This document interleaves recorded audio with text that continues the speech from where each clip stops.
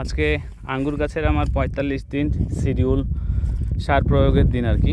তো এখানে দেখছেন একটু গোবর সার নিয়ে এসে রেখেছি, আর এইখানে বেশ কিছু সার একসাথে সংমিশ্রণ করা আছে। এখানে আছে আপনার দেখতে পাচ্ছেন পটাশ আছে, হিউমিক অ্যাসিড আছে, দানাদার বিষ, তারপরে আপনার জিঙ্ক, আর আছে ড্যাপ।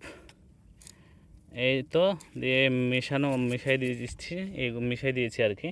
তো এর সাথে হলো 5 কেজি মতো গোবর সার দেবো, দিয়ে চারিদিকে ধরেন রিং করে দিয়ে দেবো। রিং করে দিতে পারেন অথবা এক সাইডেও দিতে পারেন। আর আমি এই যে পলিথিন দিয়ে যে ঢেকে রেখেছি, দেখছেন এই আশেপাশের মাটিগুলো অনেকটাই শুকিয়ে গেছে। 2-3 দিন থেকে বৃষ্টি নেই, টানা বৃষ্টি বর্ষণের পরে 2-3 দিন বৃষ্টি বন্ধ আছে, এবং এই রোদের যে তাপ এতে মাটি শুকিয়ে গেছে।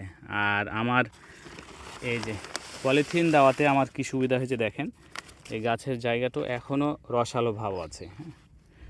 তা এতে কি আমার শুষ্কতা ভাবে আসে না এখনও, এটা একটা পলিথিনের সুবিধা। আর আপনার পানি বেশি যখন বর্ষণ হচ্ছে পানিটাও বেশি যাচ্ছে না, আর যে পানিটা থাকছে সেটাকে ধরে রাখছে, এটা একটা সুবিধা। তো গাছের অবস্থা এখন এই আর কি, ডালগুলো কেটে দেওয়ার পরে এই ডালটার বৃদ্ধি অনেক বেড়ে গেছে। আর মাঝে মাঝে মন খারাপ হয়ে যাচ্ছে, কারণ গাছগুলো দেখছি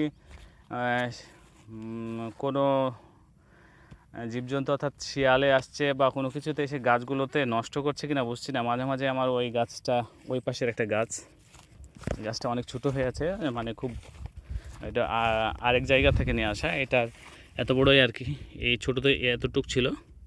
তো এই যে দেখেন এই গাছ, এই ডালটা আর কি অনেকটা নষ্ট হয়ে গেছে, মানে এটা এই উল্টে গিয়েছিলো এবং এটা চাপ পড়ে গিয়েছিলো। ঠিক গতকালকে এমন কোনো বাতাস হয় নাই যাতে এমন ঘটনা ঘটতে পারে। সো এটা বাতাসের না, হয়তো কোনো কিছু হবে, কোনো কিছু এর উপর দিয়ে যাওয়া আসা করেছে বা এই গাছের সাথে কিছু একটা হয়েছে রাতে, যার কারণে এই সমস্যাটা, এটাও ছিঁড়ে গেছে অনেকখানি।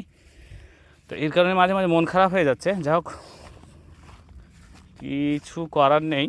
তো এই মুহূর্তে সারগুলো রিং করে আমি দিয়ে দেবো।